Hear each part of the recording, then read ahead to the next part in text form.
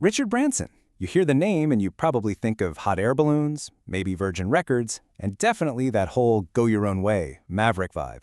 But, behind all the publicity stunts and the famous smile, there's a really sharp business philosophy.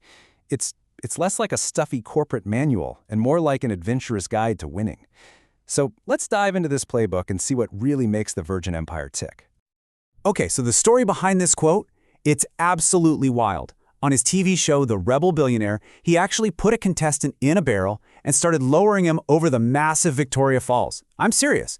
And then, just seconds from what would have been a total disaster, Branson screams stop and points to the jagged rocks waiting below. The lesson was crystal clear. This guy was moments from death, all because he blindly followed a leader's instructions. Branson's whole point? Question everyone, even him. And that right there is our entry point into his entire mindset. All right, so the first and honestly the most important rule in the Branson Playbook is this. Your people are everything. It's not about the spreadsheets, it's not about market share, not at first anyway. It's all about building a culture that is so strong, so unique, that it becomes your single greatest weapon. And this is how you do it. They actually have a policy called chucking bags. I mean, just imagine it. You're a high-level executive, and every quarter you're out on the tarmac at 4 in the morning working a full shift with the baggage handlers. So why do they do this? It's simple. It makes sure that management never loses touch with what's happening on the front lines. They get it. They understand the hassles, the pressure, and just how important every single job is to make that airline run. This right here was the entire strategy for launching Virgin Blue in Australia. They were going up against a pretty cozy duopoly, right? The plan was never just to be cheaper, it was to be better. To have a staff that was so genuinely happy and empowered that customers could literally feel the difference the second they stepped on the plane.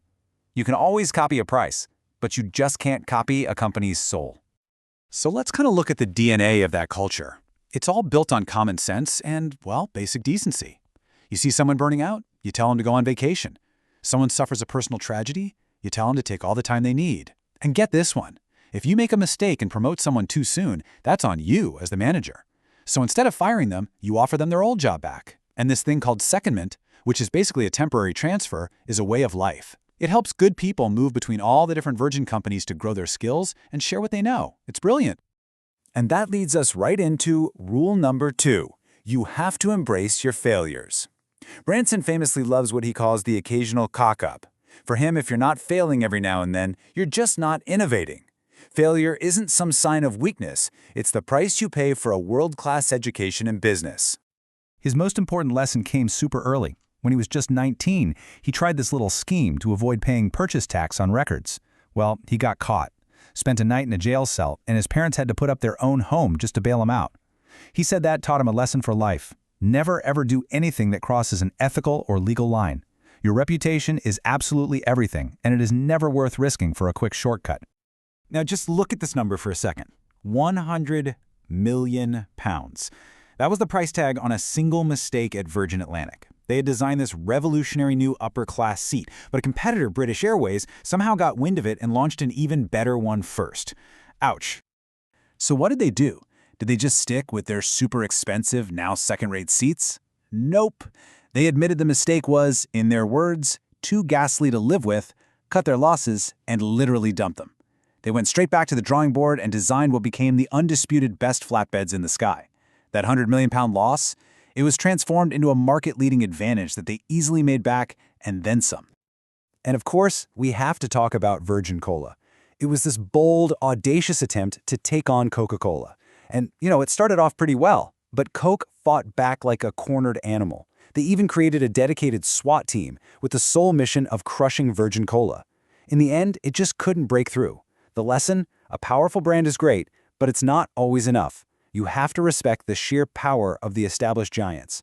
That's a lesson learned the hard way. You see, learning from those failures is what teaches you to look for the next opportunity. And that brings us to rule number 3. Change is where the magic happens. Branson's entire career has basically been about spotting industries that have gotten fat, lazy, and complacent, and then just completely shaking them up by focusing on the customer. I mean, think about the music industry, which is where Virgin got its start. Remember the huge debate when CDs came along? Vinyl lovers were all about the rich sound, the cover art, the whole experience. But the CD, it was just so convenient, so easy. the entire industry pivoted on a dime.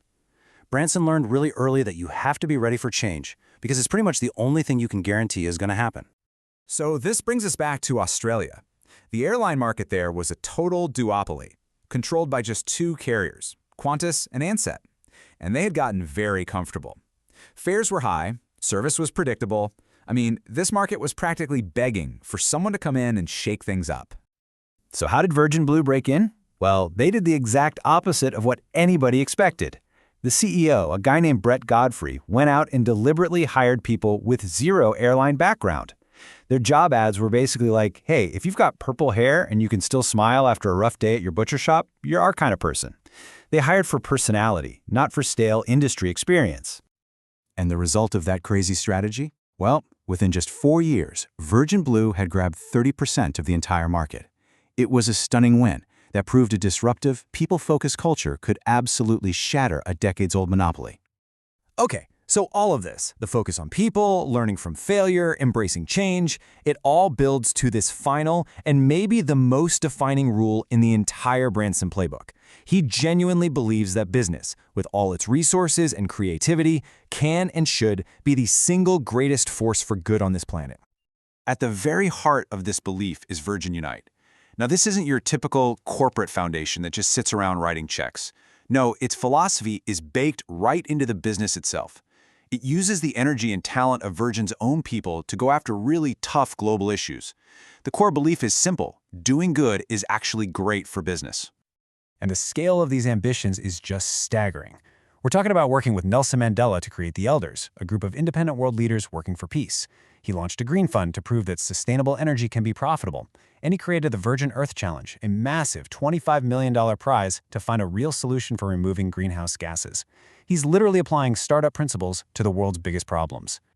And this quote right here, this is what ties it all together.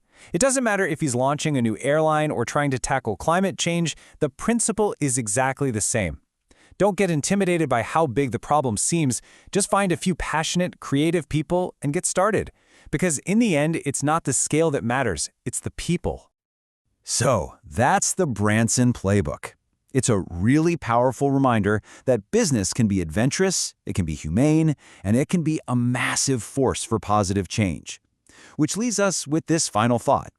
Branson's whole philosophy is about empowering small groups of passionate people. So the real question is, for you, what seemingly massive problem in your world could you start chipping away at? What can you solve by just starting small?